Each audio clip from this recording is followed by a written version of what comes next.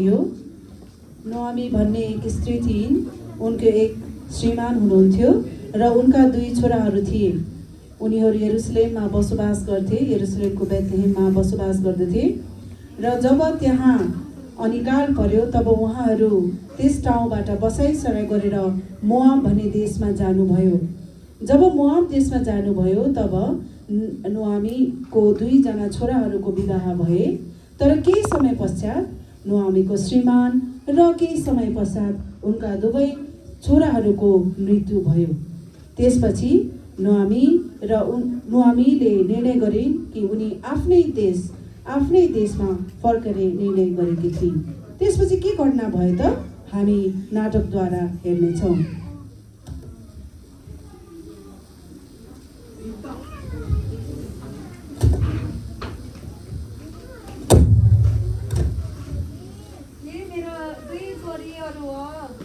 मसित किन आएको? तिमीहरू आफ्नै देशमा फर्क्यौ, आफ्नै मानिसहरूकोमा जाऊ। तिमीहरूले जे जति मलाई माया गर्यो, जे जति मलाई असल व्यवहार देखायो, त्यो धेरै राम्रो छ। तिमीहरू आफ्नै माइततिर फर्क्यौ, त्यहाँ जाँदाखेरि पनि त्यहाँ असल व्यवहार देखाउनु छोडेर जान नगर्नुहोस्, हामी तपाईँसँगै जानेछौँ। आमा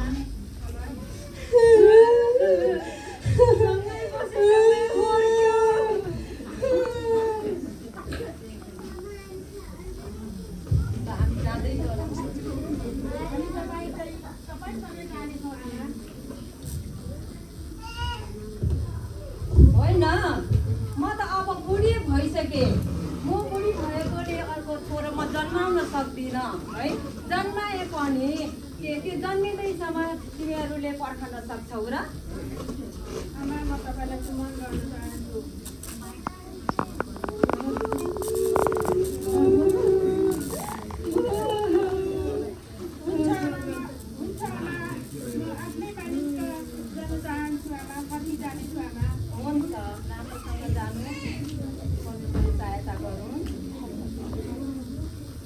छोरी हेर त, तिम्रो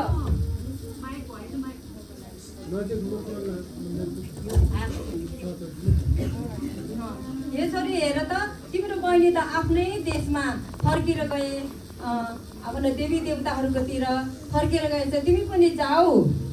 होइन अब मलाई तपाईँलाई छोडेर जान कर नगर्नुहोस्। तपाईँ जहाँ जानुहुन्छ म पनि त्यहीँ जानेछु। तपाईँ जहाँ बस्नुहुन्छ म पनि त्यहीँ बस्नेछु।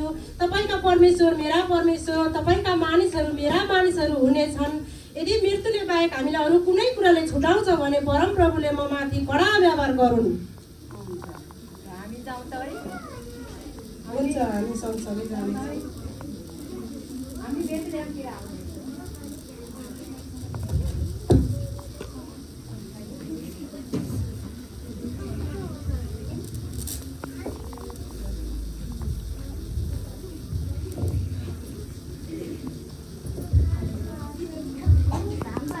ओहो, के तपाईँ त नोआमी होइन र? ओहो, मलाई नोआमी नभन, मलाई मारा भन। किनभने म भरिपूर्ण गरी गएको थिएँ, तर म रित्तेर आएको छु। परमेश्वरले मलाई तितो बनाउनु भएको छ। ओ ल, हुन्छ त, त्यसो भए हामी सबैजना मिलेर घर जाऊ न त।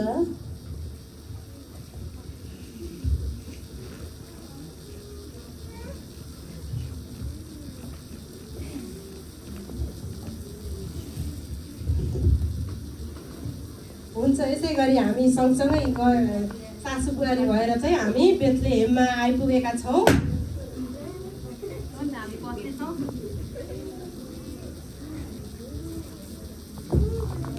अब हामी ठाउँमा आएका छौँ, नौलो ठाउँमा, नयाँ ठाउँमा।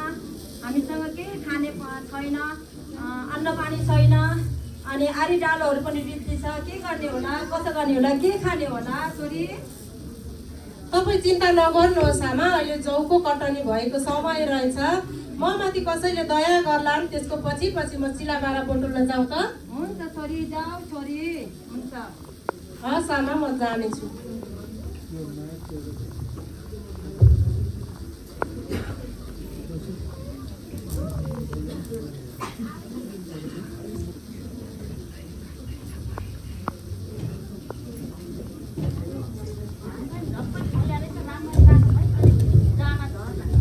अलि राम्रो फेदे लाएर काट्नु है, फेरि मालिकले कराउनुहुन्छ नि। धानको बाला झर्छ, अलिक राम्रोसँग राख्नु बिटा राख्दा। अलि फेदैसँग लगाएर माटो आउला फेरि परल कुहिन्छ। गुन्द्री बुन्नुपर्छ यसपालि त 12 हातको।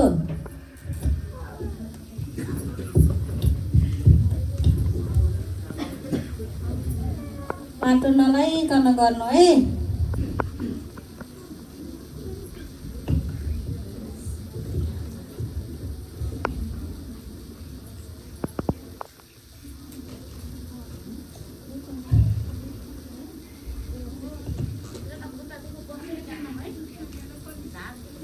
हात्तिकन गर्नु, हात काट्ला दिनभरि गर्नुपर्छ, एकछिन मात्रै होइन नि त।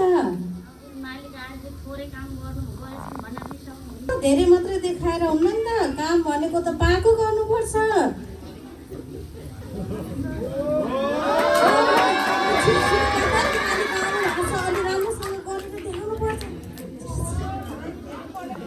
हजुर मालिक धेरै फलेको छ।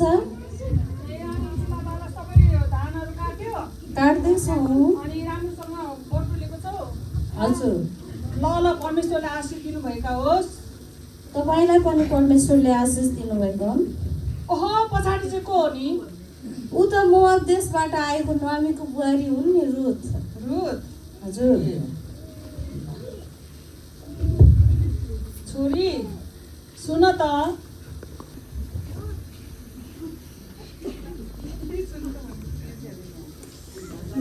छोरी। हजुर भन्नुहोस्। अरू खेतहरूमा नजानु, अरू खेतहरूमा नजानु,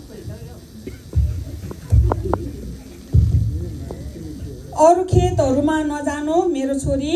अनि भनौँ न सिलाबाला बटुल्नुको लागि टाढा पनि नजानु। मेरो ठिटीहरू सँगसँग नै यताउता खोजा। हुन्छ हजुर, म एउटी विदेशी स्त्री हुँ भनेर पनि तपाईँले म माथि कति धेरै कृपा गर्नुभएको छ। मलाई थाहा छ कि यहाँ सबैजनाले भनिरहेको छ कि विदेशी स्त्री भए तापनि यहाँ मानिसहरूले फसेलाको बेलामा कटनी गरिरहेको छ। सिलाबाला खोज्नुलाई टाढा टाढा नजानु। तिमीलाई हिँडै वरिपरि सिलाबाला खोज्नु। ठिटीहरू सँगसँगै नै बसेर टाढा टाढा नजाऊ, अन्त पनि नजाऊ। यही वरिपरि खेतहरूमा सिलाबाला खोज। मैले भनेको छ कि अरूहरूले के अरे नछुनु अनि भनेर भनेको छ। तिमीलाई तिर्खा लाग्यो भने पानी खानु यहाँनिर गाग्रीमा छ। अनि त्यस्तै गरिकन खाजा पनि राखेको छ यहाँनिर। ठिटीहरूलाई भनेर तिर्खा लाग्यो भने पानी खानु, भोक लाग्यो भनेदेखि खाजाहरू खानु है त। हुन्छ हजुर, म तपाईँकी दासी नभए पनि तपाईँले म माथि देखाउनु भएको दया अनि कृपा सधैँभरि यसै गरी तपाईँको निगाह पाइरहँ। परमेश्वरको अनुग्रह सधैँभरि तिम्रो जीवनमा होस्।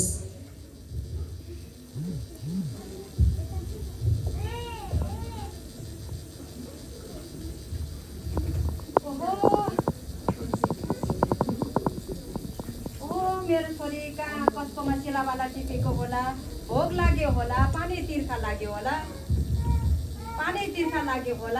के कसो गर्यो होला। मलाई त धेरै चिन्ता पो लाग्यो। हो आमा भएको कारणले धेरै शोक लाग्छ, धेरै चिन्ता लाग्छ। के भयो भने परमेश्वरले सहायता गरून्, परमेश्वरले सुरक्षा दिउन्। आमा हेर्नु त, मैले सिलाबाला लिएर आइसकेँ नि। आज हेर्नु त है, कति धेरै सिलाबाला लिएर आएकी छु। आज सिलाबाला कसकोमा टिप्यौ त छोरी? हामी यहाँ बसेर कुरा गर्नेछौँ आमा, म सबै तपाईँलाई भन्नेछु। आज मैले काम गरेको मानिसको नाउँ चाहिँ बोअज रहेछ। उसकै ठिटीहरूसँग आज मैले यति धेरै सिलाबाला बटुलेर लिएर आएकी छु। हेर्नु त, तपाईँलाई खाजा पनि ल्याइदिएकी छु, थाप्नुहोस् त।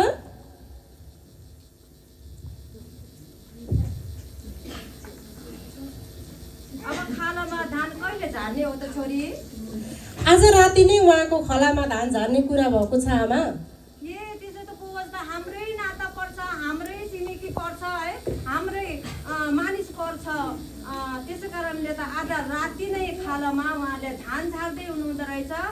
त्यस कारणले तिमी पनि नुहाइ धुवाइ गरेर राम्रा राम्रा लुगाहरू लगाएर त्यो खालामा जानु। जब उहाँ बोजले खाना खाँदै हुनुहुन्छ, खाना खाँदाखेरि तिमीले उसको अगाडि नजानु र पछि खाना खाइसकेपछि ऊ सुत्न जानेछ, कहाँनिर सुत्न जान्छ त्यो हेरेर बस्नु।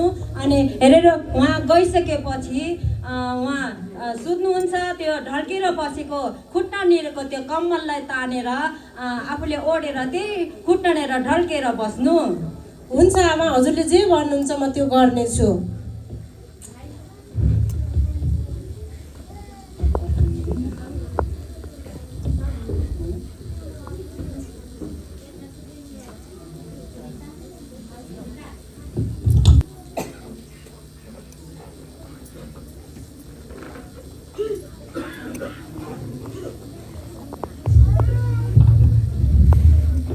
राम्रोसँग धान बताउनुपर्छ है दिदीहरू।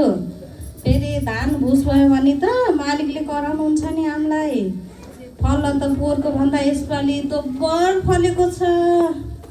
यसपालिको धान देखेर त मालिक साह्रै खुसी हुनुहुन्छ होला है। हाम्रो काम फेरि हामी काम पनि त्यस्तै गर्नुपर्छ नि। ओहो ठिटीहरू, ए राम्रोसँग भन है। ओ ठिटीहरू, हजुर मालिक। धान राम्रो बटुलेको छौ? हजुर राम्रोसँग बटुलेको छ। हेर्नुहोस् त कति उरुम लागेको छ। पोहोरको भन्दा त 2 गुणा फलेको छ। फलेको छ? हजुर। अनि नाचगान पनि भइरहेछ यतातिर? नाचगान पनि भइरहेछ। खोइ त नाचेको देखिन त। लाग्दछ मलाई रमाइलो ओहो नाचगान भइरहेको बेतलेमे गाउँको त्यो सानो डोर यसो जन्मेको सानो डोर। ल अब रात पनि धेरै छिप्पिसकेको छ। अब आफूहरू आराम गर्नु होला। नाचगान हिँडे राख्नु। खानपिन भयो सबैजनाको? हजुर भइसक्यो। रमाइलो भयो? रमाइलो। ल ल ल अनि धानहरू राम्रोसँग राखेको छ? हजुर राखेको छ उहाँले। ल ल ल ल परमेश्वरले आशिष दिनुभएका होस्। तपाईँलाई पनि परमेश्वरले धेरै आशिष दिनुभएको। ल जानु, म यही खलामा म बस्छु। आज राति फेरि धान लैजाला मान्छेले, म यही नै कुरेर बस्छ है। हुन्छ हजुर। हस्। धान त राम्रोसँग बटुले जस्तो छ। आज म यतै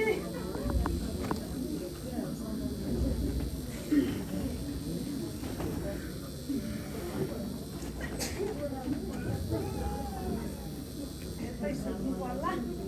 आज फेरि चोरले धान लग्यो भने के गर्नु।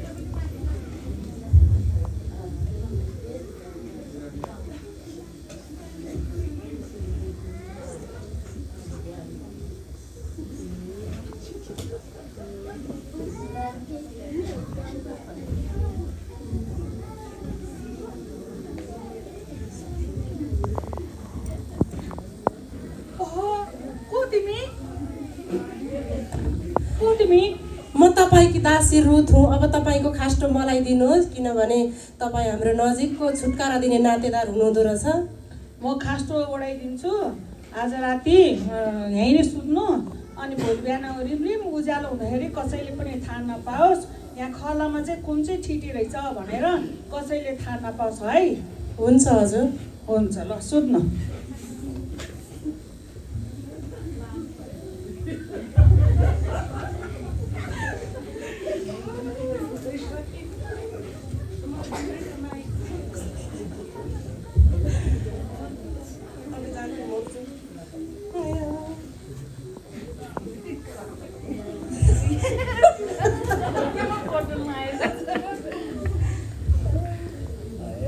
थियो कसैले देख्ने हुन् कि म त छिटै गरेर गइहाल्नुपर्छ, अरूले देख्यो भनेदेखि बर्बाद हुन्छ फेरि। बोआज र रुथको विवाह भयो। त्यसपश्चात परमेश्वरले बोआज र रुथलाई एउटा छोरा दिनुभयो।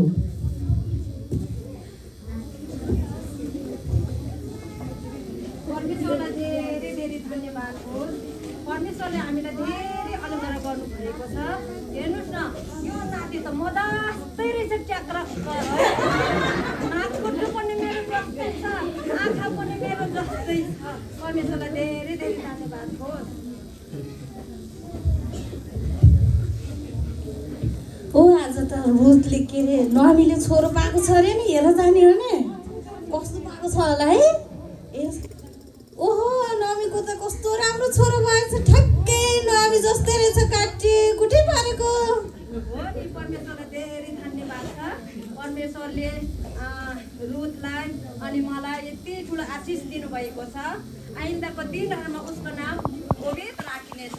हुन्छ, आउनु सबै मिलेर परमेश्वरको महिमा गर्नेछौँ।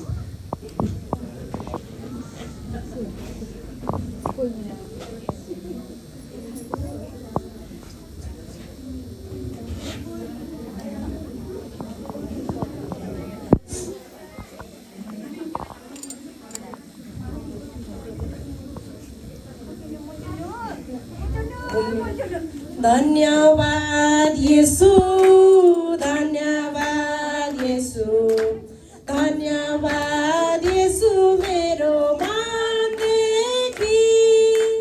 धन्यवाद येशू, धन्यवाद येशू, धन्यवाद येशू मेरो मानदेखि। यसरी परमेश्वरले रुथ र बोआजद्वारा नोआमीलाई आशिष दिनुभयो। जो पुत्रको नाम, जो छोराको नाम ओबेद राखिएको थियो, यही ओबेद नै पछि गएर इसाईको बुवा बने, इसाई दाउदको बुवा बने र दाउद वंशमा नै येशू ख्रिस्ट यस संसारमा 2000 वर्ष पहिले जन्म लिनु भएको थियो। धन्यवाद।